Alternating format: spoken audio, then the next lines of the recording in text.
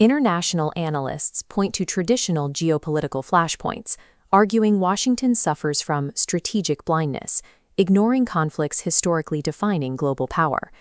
Official military doctrine for 2026 presents a direct contradiction to this theory of myopia. This shift begins at the bureaucratic level, where the Department of Defense has been restructured and renamed the Department of War. Under the leadership of President Donald J. Trump and Secretary of War Pete Hegseth, this rebranded department operates on a strict mandate defined as peace through strength. Moving from defense to war is an active semantic choice. It signals an aggressive operational rewrite of how and where the United States projects power. The first evidence for this shift is a massive deployment right on the Homeland line. The Joint Task Force Southern Border places active-duty troops along a physical barrier of shipping containers and razor wire.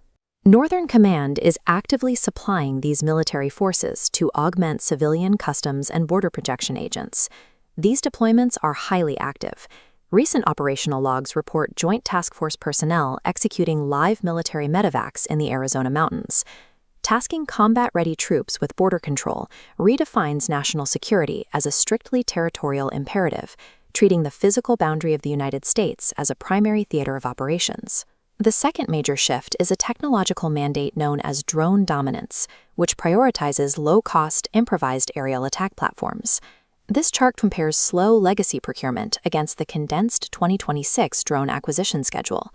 Through a streamlined marketplace, the military processed $13 million in rapid purchases. To ensure these systems reach the field quickly, officers are trained to bypass risk aversion and cut red tape. A key program driving this automated restructuring and operational readiness is known as Project Dynamis. Prioritizing swarms of cheap, expendable attack drones over billion-dollar legacy platforms dictates the tactical logic of future conflicts. Overseas, the strategy has also shifted. The sprawling, centralized bases of the past are being traded for agile, decentralized coastal setups, known as littoral units. In Okinawa, the 12th Marine Littoral Regiment recently received Emesis and Mattis, advanced, highly mobile systems built specifically for anti-ship and anti-drone warfare.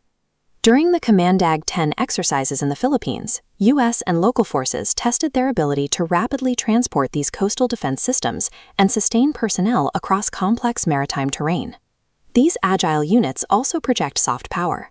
When a devastating earthquake struck Venezuela, Littoral Combat Force 24 rapidly pivoted missions to provide direct disaster relief. They managed the logistics of this humanitarian effort using amphibious transport docks like the USS Fort Lauderdale to deploy personnel and specialized equipment. The defensive positioning in Japan, the mobility training in the Philippines, and rapid relief efforts in Venezuela indicate the U.S. military has traded static land warfare for mobile, island-hopping coastal projection. The 2026 military structure shows a clear pattern: a heavy reliance on drone swarms, direct border enforcement, and highly mobile coastal combat operations. Washington's current posture is a calculated decision to prioritize domestic security and autonomous tech over historical geopolitical spheres.